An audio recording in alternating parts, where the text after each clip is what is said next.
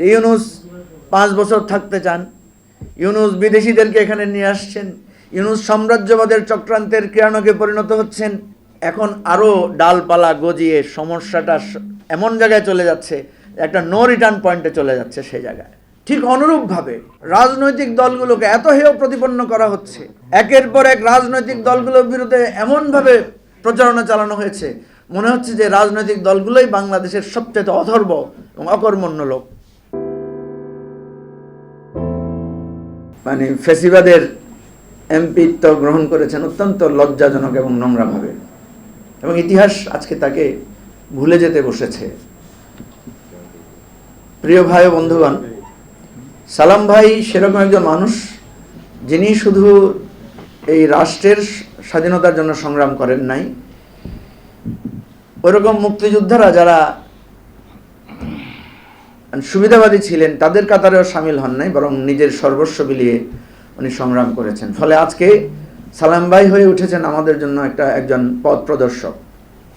তাকে নিয়ে আমরা আলোচনা করছি, তার জীবন থেকে আমরা শিখছি, এবং আমাদের জীবনের প্রত্যেক পরতে পরতে আমরা তার উপস্থিতিকে মূল্যায়ন করব এবং গুরুত্ব দেব। এটাই জীবনের সার্থকতা, এবং আমরা চেষ্টা করব নিজের জীবনে এক একজন আব্দুস সালাম হয়ে ওঠার জন্য। যে প্রসঙ্গগুলো আলোচনা হচ্ছে এখন সবচেয়ে বেশি, সেটা হলো এত বড় অর্জন আমরা করলাম, এতগুলো প্রাণের বিনিময়, এত রক্তের দান। 1 বছর যেতে না যেতেই আমাদের মধ্যে আশঙ্কা, আমাদের মধ্যে একটা ভয় বা আমাদের মধ্যে একটা দ্বিধা তৈরি হয়েছে, আমাদের রক্তটা বৃথা যাবে কিনা, বা আমাদের এই জীবন দানটা কেবলই একটা ক্ষমতার পরিবর্তন কিনা, কেবলই একটা রেজিম চেঞ্জ কিনা, নাকি ভিন্ন কিছু।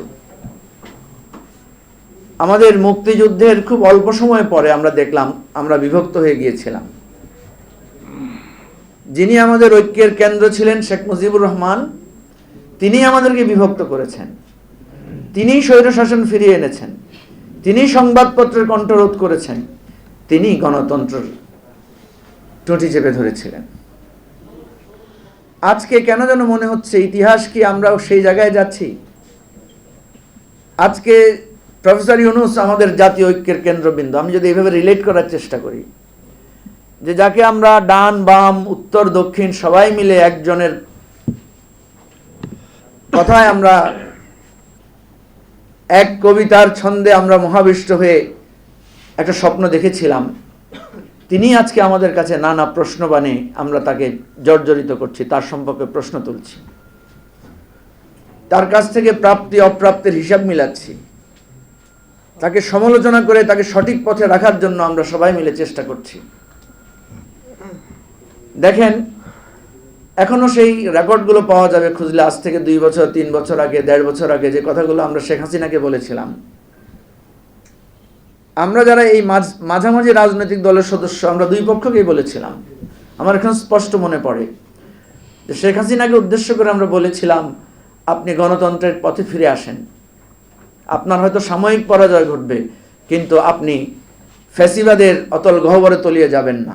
মনের অজান্তেই দলের স্লোগান আমাদের হৃদয় থেকে হারিয়ে গিয়েছিল, আর মনের অলক্ষ্যেই স্বৈরাচারের বিরুদ্ধে, ফ্যাসিবাদের বিরুদ্ধে আমরা এক কাতারে সামিল হয়ে গিয়েছিলাম।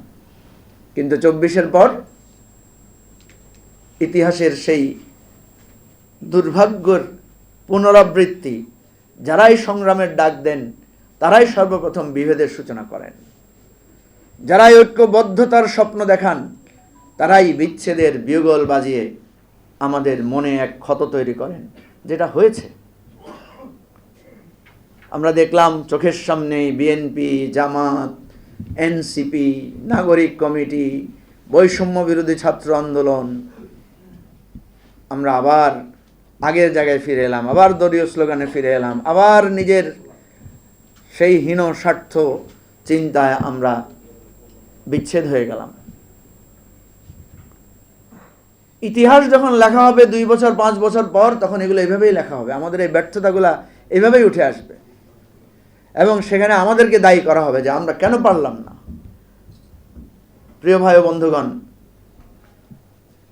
মানে একটা সামগ্রিক ব্যর্থতা, সামগ্রিক উত্তেজনা, সামগ্রিক আমাদের মধ্যে এই আলোচনাটাকে সামগ্রিকভাবে এই জন্যই করতে চাই, কারণ আজকে আমরা দেখছি, আমরা যখন প্রফেসর ইউনূসের সমালোচনা করছি, প্রফেসর ইউনূসের সমালোচনার মৌলিক কয়েকটি জায়গা আছে। উনি আমাদের ঐক্যবদ্ধ রাখতে পারেন নাই, উনি রাজনৈতিক দলগুলোকে উনি পরোক্ষ বা প্রত্যক্ষভাবে বা অজান্তে উনি বিভক্ত করেছেন। আর যেই জিনিসটি আমাদেরকে সুন্দর একটা রূপরেখা দিতে পারতেন, উনি আমাদেরকে একটা সুন্দর রূপরেখা দিতে পারতেন সংস্কার, বিচার এবং নির্বাচনের। কিন্তু এর বাইরে ডালপালা গজিয়ে এখন কথা এমন এমন জায়গায় চলে গেছে যে ইউনূস 5 বছর থাকতে চান, ইউনূস বিদেশিদেরকে এখানে নিয়ে আসছেন, ইউনূস সাম্রাজ্যবাদের চক্রান্তের ক্রীড়নকে পরিণত হচ্ছেন। এখন আরও ডালপালা গজিয়ে সমস্যাটা এমন জায়গায় চলে যাচ্ছে, একটা নো রিটার্ন পয়েন্টে চলে যাচ্ছে সেই জায়গায়। ঠিক অনুরূপভাবে রাজনৈতিক দলগুলোকে এত হেয় প্রতিপন্ন করা হচ্ছে, একের পর এক রাজনৈতিক দলগুলোর বিরুদ্ধে এমনভাবে প্রচারণা চালানো হয়েছে, মনে হচ্ছে যে রাজনৈতিক দলগুলোই বাংলাদেশের সবচেয়ে অথর্ব এবং অকর্মণ্য লোক। এই জায়গায় আমি আমাদের প্রিয় ভাই আব্দুস সালামকে স্মরণ করি, যে যারা সমস্ত কিছুর মধ্যে দেশকে ভালোবাসেন। রাজনীতিবিদদের অনেক ব্যর্থতা থাকতে পারে, কিন্তু ইতিহাসের পরতে পরতে রাজনীতিবিদেরাই টিকে ছিলেন, তারাই সংগ্রাম জারি রেখেছেন, সমালোচনা সত্ত্বেও তারাই আবার ঘুরে দাঁড়িয়েছেন। সুতরাং আজকে যে সামগ্রিক ব্যর্থতার দিকে আমরা যাচ্ছি তিল তিল করে, প্রতিদিন একটু একটু করে, এখনো সময় আছে ঘুরে দাঁড়ানোর, এখনো সময় আছে বিবেককে প্রশ্ন করে আবার ফিরে সেই স্লোগানগুলো আঁকড়ে ধরার, যে বৈষম্যের বাংলায় আমরা যদি বলি যে পরাজিত হওয়ার কোনো উপায় নাই। প্রিয় ভাই ও বন্ধুগণ, এখানে আমাদের প্রিয় সাংবাদিক বন্ধুরা আছেন, আপনারা সবাই আমাদের সংগ্রামের সাথী।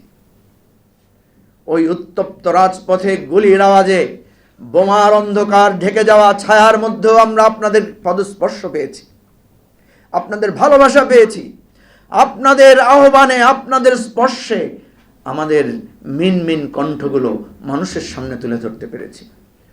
সুতরাং আজকে শুধু রাজনীতিবিদ আর সরকার বা এনসিপি বা বিএনপি এই বিভক্তির মধ্যে না থেকে, আমি আজকে আব্দুস সালাম ভাইয়ের সম্মানে এখান থেকে বলবো যে আমাদেরকে আবার একটা বৃহত্তর ঐক্যের স্বপ্ন দেখতে হবে।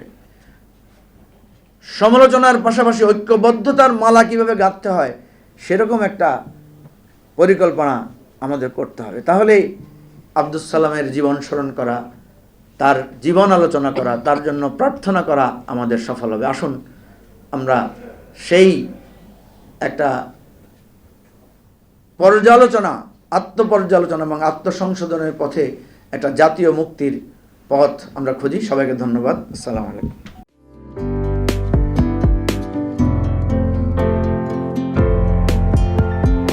পহেলা জানুয়ারি 2025 ইউটিউব জার্নালিজমের অগ্রদূত changetv.press 6 বছর পেরিয়ে পা রাখল গর্বিত আমি অত্যন্ত আনন্দিত হলাম যে চেঞ্জ টিভি আগামী কয়েকদিনের মধ্যেই 6 বছর পূর্ণ করবে। আর হাঁটি হাঁটি পা পা করে চলা শুরু করে এখন সে বেশ দৌড়াদৌড়ি করছে বলা যেতে পারে। ও নামটাও অত্যন্ত বলবো যে সিগনিফিক্যান্ট, যে চেঞ্জ, এই গণঅভ্যুত্থান কিন্তু চেঞ্জ চেয়েছে।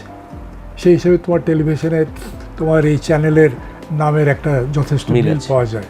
আমার প্রত্যাশা যে এই গণঅভ্যুত্থানের যে প্রত্যাশা, যে আশা আকাঙ্ক্ষা, চেঞ্জ টিভি সেটিকে এগিয়ে নিয়ে যাবে। তোমাকে শুভেচ্ছা। চেঞ্জ টিভি যারা সম্পৃক্ত আছেন, যারা কর্মী আছেন, সামনে পেছনে সকলকে আমার শুভেচ্ছা। changetv.press এক ফোঁটা হলুদও নেই। Online TV channel change TV 6 বছর ধরে ওনারা কাজ করে যাচ্ছেন। ইতিমধ্যে জনগণের হৃদয়ে স্থান করে নিয়েছেন।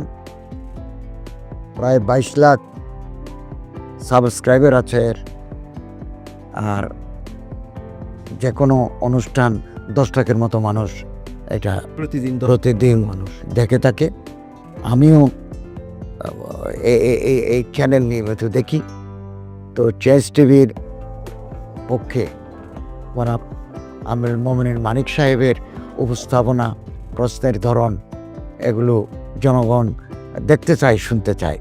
আমি চেঞ্জ টিভির উত্তরোত্তর সমৃদ্ধি কামনা করছি। changetv.press এক ফোঁটা হলুদও নেই। চেঞ্জ টিভি, তো আমি তাদেরকে আমার অসংখ্য শুভেচ্ছা জানাচ্ছি, কারণ তারা যে ভূমিকা রেখেছে এই সময়, একটা কঠিন সময় ছিল, সেটাতে যেমন ভূমিকা রেখেছে, এমনকি 5ই আগস্টের পরে নতুন বাংলাদেশেও তারা তাদের সেই তীক্ষ্ণ একটা সমালোচনামূলক এবং যেটাকে আমি গঠনমূলক বলবো সেরকম একটা ভূমিকা রাখছেন। তো সেক্ষেত্রে আমরা মনে করি যে এই ভূমিকা আমাদের দরকার, আমরা চাই এটা থাকুক এবং আরও যেন সমৃদ্ধ হয়। নতুন বাংলাদেশ নির্মাণে আমরা চাই যে চেঞ্জ টিভি যে সমালোচনাগুলো করছে বা যেগুলো আমরা তুলে ধরছেন, সেটা এমন করে করবেন যেন আমরা সেখান থেকে শিখতে পারি এবং সবাই মিলে যেন আমরা নতুন বাংলাদেশকে সত্যিকার অর্থে বৈষম্য বিহীন একটা সমাজ গড়ে তুলতে পারি, সেটা আপনারা সহজ চেষ্টা করুন। changetv.press এক ফোঁটা হলুদও নেই। আগামী জানুয়ারি মাসের 1 তারিখে আপনারা 6 বছর পূর্ণ করতে যাচ্ছেন। আপনাদেরকে শুভেচ্ছা জানাচ্ছি, আন্তরিক ধন্যবাদ জানাচ্ছি। আমি আশা করব চেঞ্জ টিভি অতীতে যে বলিষ্ঠ ভূমিকা পালন করেছে, আগামীতেও আপনারা সেই বলিষ্ঠ ভূমিকা পালন করবেন। আমি আমার এলডিপির পক্ষ থেকে, মুক্তিযোদ্ধাদের পক্ষ থেকে আপনাদেরকে আন্তরিক মোবারকবাদ জানাচ্ছি, শুভেচ্ছা জানাচ্ছি। আশা করি দিন দিন আপনারা উন্নতির শিখরে এগিয়ে যাবেন। ধন্যবাদ। changetv.press এক ফোঁটা হলুদও নেই। প্রতিটি সরকারের আমলে 10 বছর আমি কোনো ব্যবসা করতে পারিনি। আমার ব্যবসা বন্ধ করার জন্য যত রকম দরকার সব কাজই করেছে, শুধু একটাই বাকি রেখেছে, আমি গুটিয়ে নিয়ে যাইনি।